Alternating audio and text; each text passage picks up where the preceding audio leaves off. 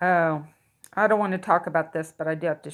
Abortions, yeah, not fun. Not fun for anybody. The doctor, the patient, the family, anybody. It's just like, that's not an upper. That's a downer. But it's also an upper if you can take better care of yourself, and you enable yourself to do better for you before you bring somebody in the world that you can't take care of.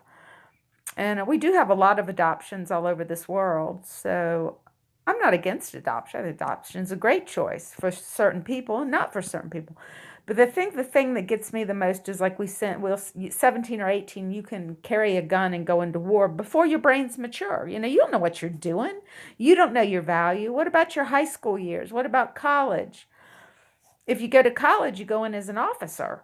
But I don't think 18 to 21, actually to 24, but we'll just stop at 21 before you can have whiskey.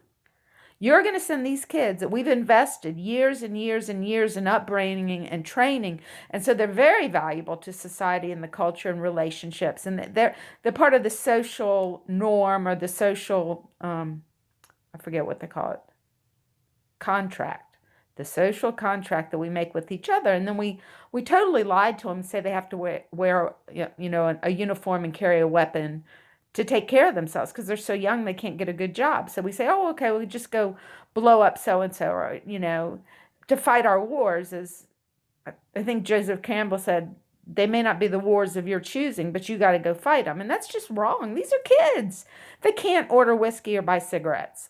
No. And you say that we can't have a woman, for whatever reason, gets pregnant and you want to take the fetus or the embryo out, but it's okay just to send an 18-year-old into war. I don't get that. I think intrinsically we're losing a lot more with the potential of that young man or that young woman and all the training they've had to serve our country in so many different ways that are better than getting yourself shot up. They could be a dentist, a dental assistant, a doctor, a restaurateur, just many, many choices that are more positive than sending them into war to get blown up. For what?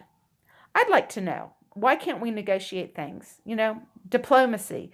I think the whole world all over and the government's going to have to start doing that because we don't want to go to war. It's so destructive. And like the billions of dollars that went into the Ukraine, Russia, Putin, and the United States, how many schools or hospitals could we have built for countries like in Africa or South America that are suffering? We just threw all that money away, and it's violent. It's just not good. John Lennon said, if it's destruction, you can count me out. He's out. Deconstruction is different than destruction, and we need to learn the difference there, how to deconstruct a society to build it up without destroying it and the people. And it's just no fun. It's no fun for anybody. I don't enjoy watching it on TV. I prefer comedy. Thank you, Shakespeare.